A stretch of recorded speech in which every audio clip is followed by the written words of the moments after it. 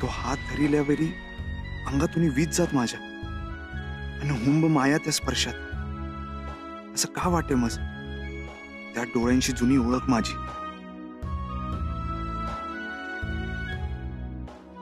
सत्तू का विचार करीत तुझ्या पकडीतून तो चोर कसा निश्चित याचा? आम्हासी तेच नवल. तुझ्या हातून कुरकुंब्या चोर निश्चित ना खरी ना वाटे. हे जाऊन जाऊन कुठे जातो चोर? कधी ना कधी सापडीतच ना.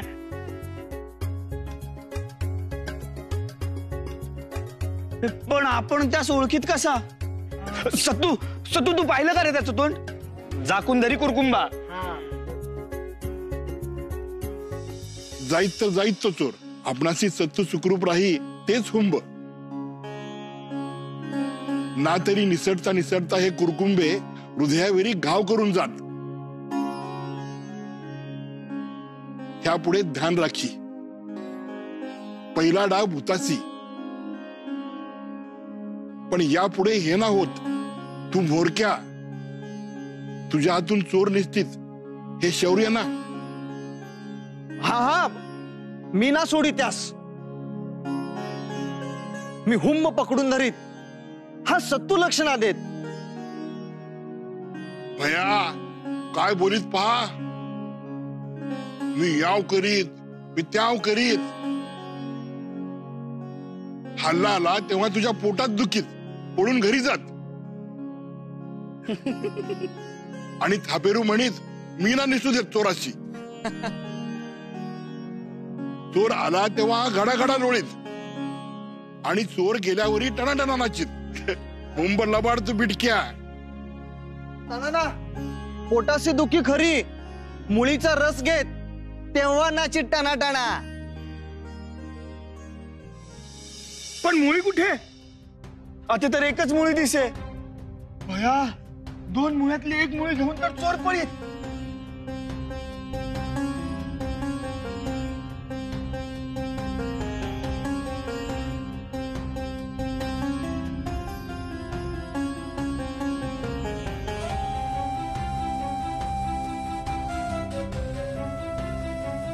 चोर तर विषारी मुळी नेत. औषधी मुळी तर राहते.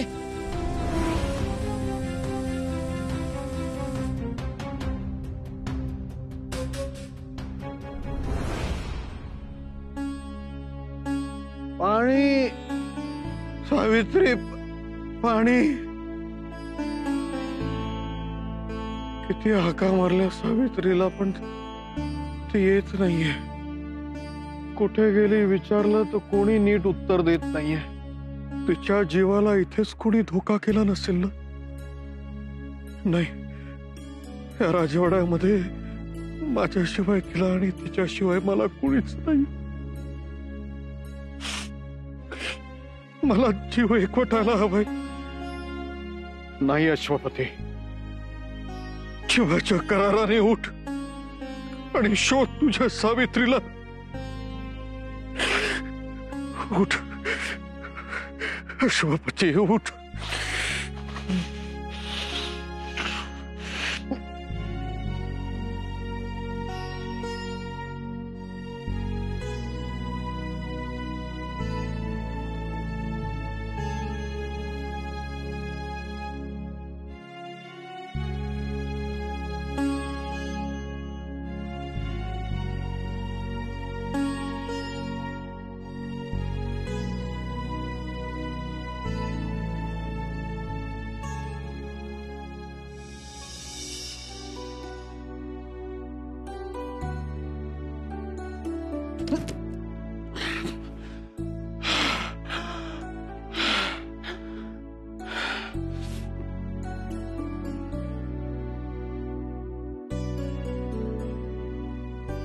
साहू,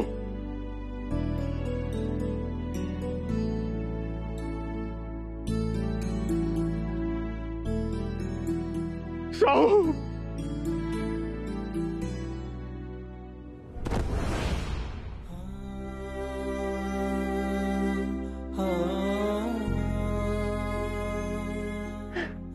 साहू,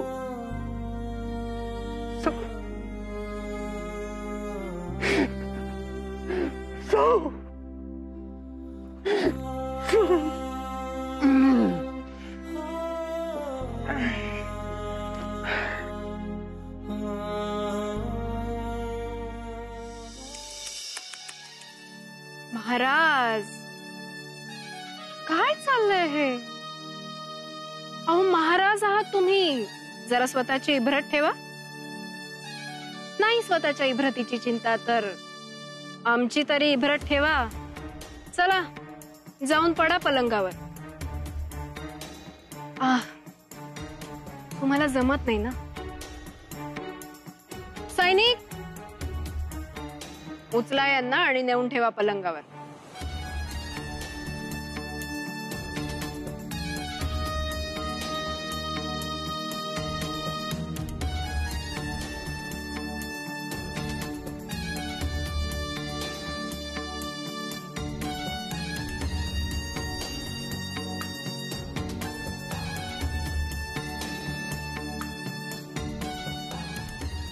साऊ कुठे?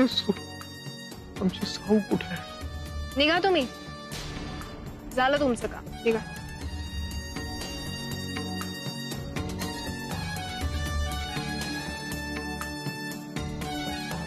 काय सावित्री सावित्री चालवलंय तुम्ही? पळून गेली सावित्री तुमच्या या अशा अवस्थेला कंटाळून. आमच्यामुळे नाही, तुमच्यामुळे पळाली ती. तिच्या सुखासाठी आम्ही तुमच्याशी विवाह केला. सुबरी माया दिली नाही तुम्ही तिला. मुळे काळजातच नाही तुमच्याच, तुम्ही देणार कुठून? लालसा आणि असूया या समोर सगळं तुच्छ आहे तुमच्यासाठी. अजिबात नाही. तुमच्या सावित्रीला हे राजवाड्याचं सुख बोचतं. तिच्याकडे लक्ष देण्याऐवजी जर आपल्या संसारात लक्ष दिलं असतं तर आपल्याला कुलदीपक झाला असता, जो तुमचा वंश वाढवायला आणि हा राज्यकारभार सांभाळायला तयार झाला असता. कशाला तुमचं मन त्या कन्येत गुंतवलं, जिला तुमच्यापेक्षा ते अरण्य अधिक प्रिय आहे? बस करा तुमची बडबड. आधी सावित्रीला शोधायला सैन्य पाठवा. काही गरज नाहीये. मी अशी आज्ञा देणार नाही आणि कुणाला तुमची आज्ञा पाळूही देणार नाही.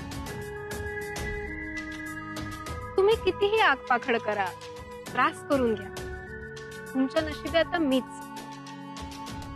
आणि तुमच्या या अशा अवस्थेत मी सोडून कोणीही तुमच्या मदतीला येणार नाहीये. तुमची लाडकी कन्या साऊ गेली तुम्हाला सोडून, हे मान्य करा. आणि आता तरी तिचा विचार सोडा आणि तुमच्यासाठी आयुष्य घालवणाऱ्या माझा आता तरी विचार करा. कारण तुम्ही किती हे कळवळून हाक दिलीत तरी तुमची सावित्री आता परत नाही येणार आहे. ही खूणगाठ बांधा मनाशी.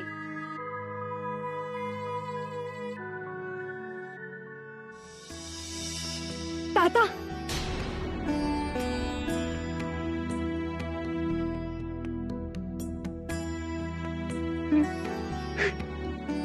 साऊ,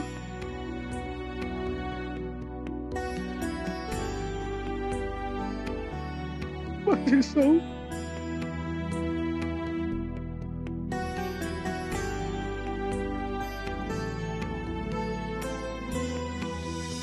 कुंभ हुशार तू सत्तू, विषारी मुळी चोराच्या हाती देत तू चालाकी करी. सोडी त्यास ज्यासी त्यासी वाटे तुझ्या हातून चोर निसतीस. पण तू तर चोरावर मोर. बरी अद्दल घडवली त्या कुरकुंब्यास. नाना, मी ना करीत असं. त्या चोरासी आपल्या तातोसाठी हवी असे ती मुळी, औषधी मुळी. त्या चोरासी विषारी मुळी देऊन मी ना पाप करीत. पाप?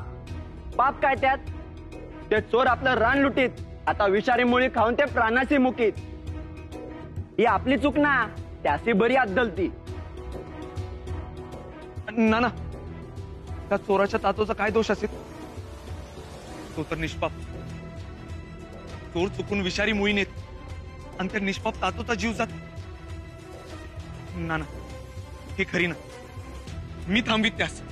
हा, सत्तूचा निवाडा पटेमच, निष्पापाचे प्राण जाई हे ना आवडी मज.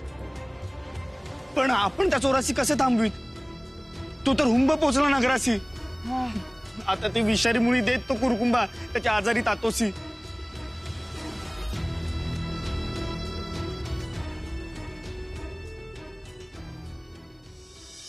ताता, ऋषींनी सांगितलेली मुळी शेवटी मी आणलीच. इतका आनंद झालाय मला, इतका आनंद झालाय. तू बरा होणार आहे ताता.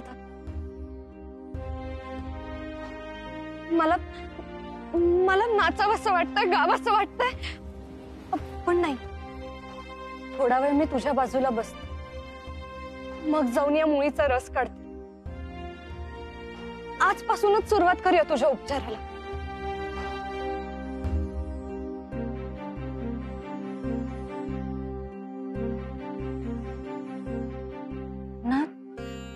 ना रडू ताता.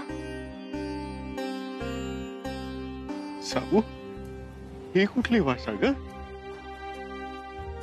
ही रान भाषा आहे. तिकडचे सारे जण याच भाषेत बोलतात, म्हणून नकळत माझ्या ओठांवरही आले. किती गोड वाटतं ना ताता. तू जवळ असलीस ना तर सगळं गोडच गोड वाटतं मला. खरंच आणली हिने मुळी. आता हिचं महत्व भयंकर वाढेल. सत्ता मिळायची उरली सुरली आशाही धुळीला मिळेल आता. नाही नाही, ताबडतोब हे मुळी प्रकरण राजमातांच्या कानावर घालायला हवं.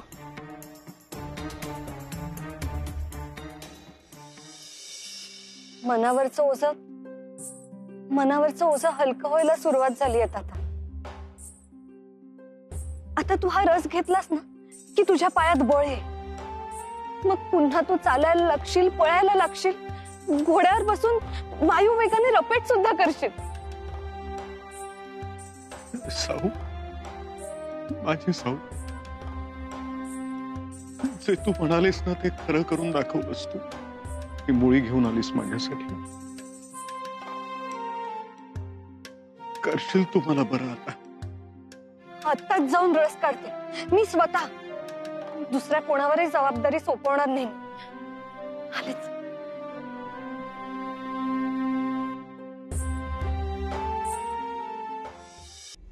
राजमाता, राजमाता. आता काय म्हणजे सावित्री मुळी घेऊन परत आली. हे नाही दिसलं वाटतं तुमच्या 1000 डोळ्यांना? काय? सावित्री मुळी घेऊन परत आली?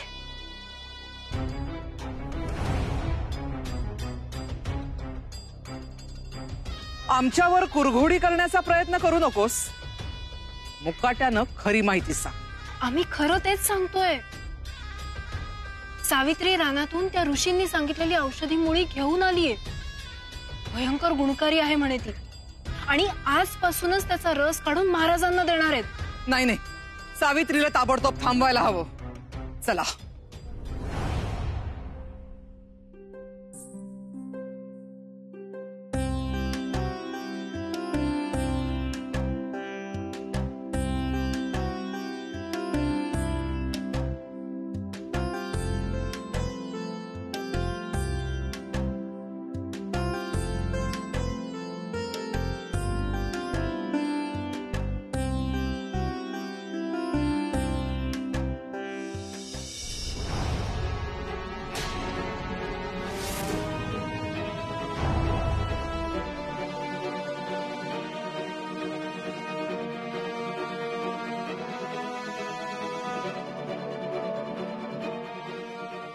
ताता, शुभस्य शीघ्र. तुझ्या शरीरात चैतन्य आणणारं ऋषींनी सांगितलेलं औषध तयार आहे. प्राशन कर.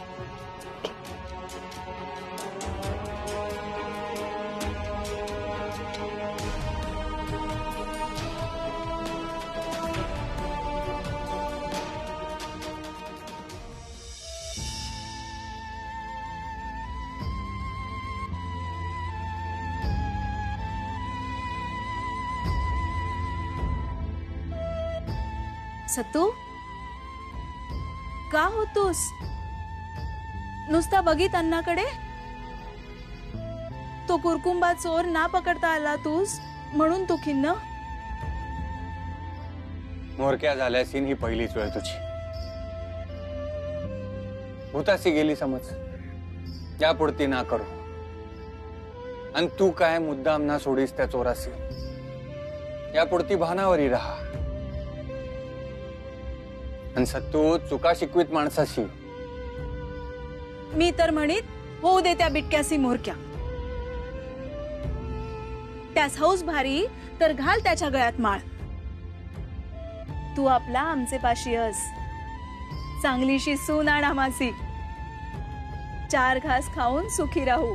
नाना, या रानाने सांभाळिले आपणास. मी अंध असून मजदूर ना लोटिले. आता आपण त्याचे ऋण फेडीत. सत्तूची जबाबदारी असेल ती अशी दुसऱ्याशी ना देत शर्यत जिंकीत सत्तू साऱ्यांनी मिळून मोठ्या मायोचा आशीर्वाद घेऊन मोरक्या झाला असेल तो का उगाच? सत्तू, तू का काहीच बोली ना? तातो, 2 मुळ्यांची गोष्ट कळली ना तुम्हासी? हो, तो चोर मुळी घेऊन निसटला याची अधिक खंत तूच. ना तातो, तो विषारी मुळी घेऊन निसटला म्हणून खंत. तो चोर ना, औषधी मुळी आपल्या आजारी तातोसी देण्याकरिता आला तो बावरा. आता त्या मुळीचा रस त्याच्या तातो चाकीत तर तिथल्या तिथेच प्राण सोडीत. ही गोष्ट जाळीत माझ्या जीवासी. हा रस प्यायलास ना की आपलं जगच बदले. पलंगाला खेळून राहण्याचे दिवस संपले. या मुळीचा उपयोग मी स्वतःच्या डोळ्यांनी पाहिलाय, म्हणूनच खात्रीने सांगते.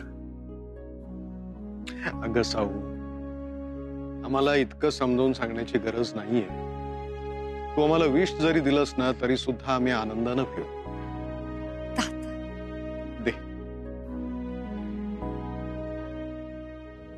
थांबा.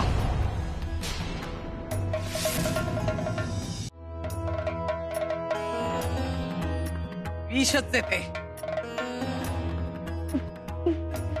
नाही नाही, मी तात्याला विष पाजेन अशी कल्पना तुमच्या मनात तरी कशी आली? कारण तुला राजगादीवर बसायचं. त्यासाठी आमचे प्राण घेण्याची काय गरज आहे? शास्त्रानुसार वारसच आहे ती आमची.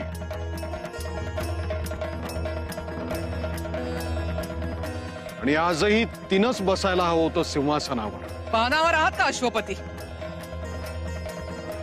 जिच्यामुळे तुमची एवढी दयनीय अवस्था झालीये तिला आम्ही राजगादीवर बसू देऊ? कदापि शक्य नाहीये ते. ती जन्माला आली तेव्हापासूनच सगळ्यांच्या जीवावर उठलीये. आधी जन्मदात्री आईला स्वर्गात धाडलं आणि आता तुम्हाला कुठल्याशा या अपरिचित रानटी मुळीचा रस पाजत होती.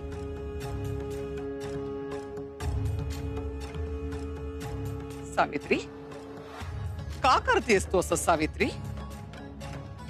का माझ्या पुत्राचा आणि या देशाच्या राजाचा जीव घेऊ पाहतीयेस? माझ्या वागणुकीचा तुम्ही काहीतरी गैरअर्थ काढताय. ही मुळी ऋषींनी वर्णन केलेली मुळी आहे. या मुळीचा उपयोग बेशुद्ध झालेल्या माणसाला तात्काळ शुद्धीवर आणण्यासाठी केलेला माझ्या डोळ्यांनी पाहिलाय मी. या रसामुळे ताता पूर्ववत होतील लवकरच. मी हात जोडते, माझ्या ताताचं त्यांच्या उपचारांपासून वंचित करू नका. नाही, त्या ढोंगी साधूवर आणि या रानटी मुळीवर आमचा तिळमात्र विश्वास नाही. आणि यापूर्वीच राजसभेमध्ये राजवैद्यांकडून ही मुळी मुळीच उपयुक्त नाही याची खातरजमा करून घेतली आम्ही. तरीही या मुळीचा रस आम्ही घेणार, कारण आमचा सर्वात जास्त विश्वास आमच्या कन्येवरच आहे.